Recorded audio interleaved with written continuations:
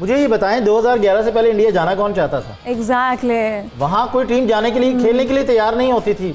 मैंने उस दिन मिसाल दी थी, एलेक्स स्टुअर्ट इतने बड़े बैट्समैन और क्रिकेटर हैं, 48 डब्बे खानों के पैक करके लेके गए थे। अरे वहाँ पे खाना अच्छा नहीं मिलता था और आज यानी इनका बोर्ड अमीर हो गया, बस नहीं था। आज इनका बोर्ड अमीर हो गया और वो डोमिनेट कर गया। तो इस तरह से तो बैड बॉयज का तो ना कहें हमें। लेकिन बिल्कुल विराट की बात करें, पाकिस्तानी प्लेयर्स की बात करें तो एशिया कप में उनकी दोस्तियां हमें काफ़ी मिली।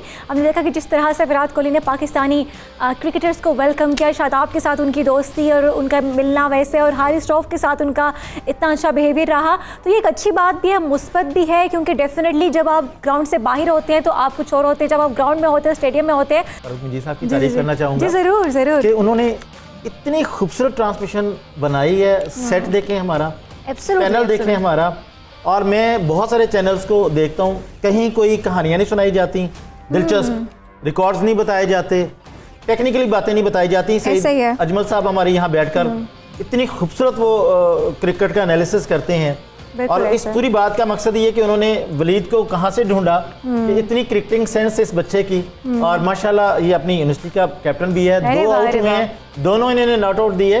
मैं हैरान था कि पांड्या, वो रोहित शर्मा जो है वो ले रहे हैं, रिव्यू ले रहे हैं। यार इससे तो पूछ लो। वही बात कर रहे हैं। और वलीद, सितारा साहब, खदीजा, जब ये आउट, हम क्योंकि हम डिस्कशन में बैठे हुए थे, हम सारे खाना खाते, सईद अजमल भी वहाँ मौजूद थे, तो सईद अजमल जी ने भी जब देखा, सईद अजमल कह रहे थे कि भाई मुझे समझ नहीं आया कि रोहित ने रिव्यू लिया क्यों है। क्योंकि मैं एज अ, आप डेफिनेटली पहले कुलदीप गए राहुल के, केएल राहुल के पास, केएल राहुल से भी उन्होंने गुफ्तगू किया, तो केएल राहुल जो थे वो बीच में फंसे हुए थे, बल्कि उनका ज्यादा था कि ना लिया जाए। लेकिन कुलदीप वो मोटिवेटेड थे, और रोहित शर्मा वो कहते शायद, वो आपको पता है जब पिछले मैच में हुआ था, स्टोनीज का जिस तरह से आउट दिया गया, स्टीव स्मिथ का जिस तरह से आउट दिया गया, फिर आपको पता है कैप्टन भी, वो जो एम्पायर खड़े थे वो भी वही वाले थे जो उस दौरान मौजूद थे। तो उन्होंने कहा शायद हमारा एक और छक्का जो है लग जाए, एक और तुक्का लग जाए, लेकिन ऐसा नहीं हो सका। बाबर आजम विकेट पे मौजूद थे, तो इस तरह के बड़े प्लेयर का जब हल्का सा भी आपको रिस्क होता है तो आप हमेशा वो रिस्क जाया नहीं जाने। आप कहते हैं कि कहीं से मौका आ जाए,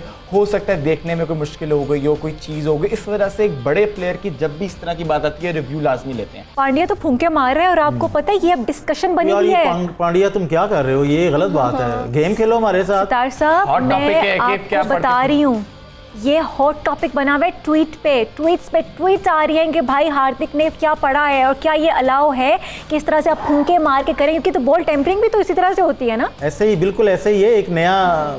अच्छा देखें वलीद, आप भी देखें, मेरा आप भी बहुत अच्छी इस वक्त क्रिकेट पे ग्रिप है आपकी।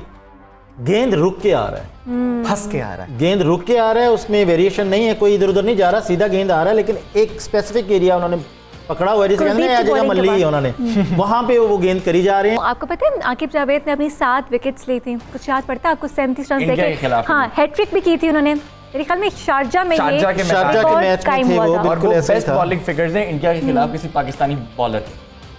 एग्जैक्टली। और शाहीन ने भी कल कहते हैं 5 विकेट्स लूंगा, तो हैट्रिक तो आज करनी चाहिए शाहीन को, क्या कहते हैं? अच्छा, वर्ल्ड कप में 9 हैट्रिक्स हुई हैं टोटल इंडिया के, वो चेतन शर्मा ने की थी। उसी चेतन शर्मा ने जिसको मियांदाद में छक्का मारा था। पाकिस्तान की तरफ से भी एक हैट्रिक है। वो कौन है? वो हैं सुकलैन मुश्ताक। अरे वाह, क्या नाम है सुकलैन मुश्ताक की। अगर हम बात करें तो शादाब दामाद है उनके। अरे वाह, आज हम दुआ करते हैं कि आज वो अपनी ससुर की लेगेसी को कायम रखें। आमीन आमीन आमीन। या शाहिद अफरीदी के जो दामाद हैं, शाहिद अफरीदी, वो भी उस लेगेसी को। सईद अजमल साहब के पास भी एक मौका था, लेकिन मिस हुआ था। उन्होंने उस मैच में 5 विकेटें ली थी, इंडिया में थे और मैन ऑफ द मैच हुए थे। ये आप ओडीआई की बात कर रहे हैं या ओडीआई? हाँ, वो मुझे याद है जिसमें मैन ऑफ द मैच किसी और को मिला था, और सईद अजमल आज तक उस बात से ना खुश। वो मैन ऑफ द मैच मिला था धोनी को। 22 रन किए थे और 2-3 कैच छोड़े थे, पता नहीं किस बात। मेरे ख्याल में वहाँ पे अगर हम उस परफॉर्मेंस की बात करें तो 167 पे हमने उनको आउट कर लिया था, और 157 पे उन्होंने हमें आउट कर मुझे दिया अगर था। कहीं मौका मिले ना तो मैं सईद अजमल को स्पिन बॉलिंग का डिपार्टमेंट का हेड बना के वहाँ भेज दूँ। आपको 1-2 सईद अजमल ये तैयार कर देंगे। आपको पता है सईद अजमल को ऑफर्स हुई हैं, लेकिन अब देखिए वो इतने बड़े हमारे पास प्लेयर हैं, मैजिशियन हैं, पूरी दुनिया मानती है। आप इंडियंस देख लीजिए, जितने जो पैनल बैठा हुआ है ना वहाँ पे, सबका सब सईद अजमल का नाम ले रहा है, सबका सब। और वो कहते हैं अगर सईद अजमल अब पाकिस्तान की टीम में मौजूद होते तो पाकिस्तान की टीम को फाइनल जीतने से भी कोई रोक ही नहीं सकता।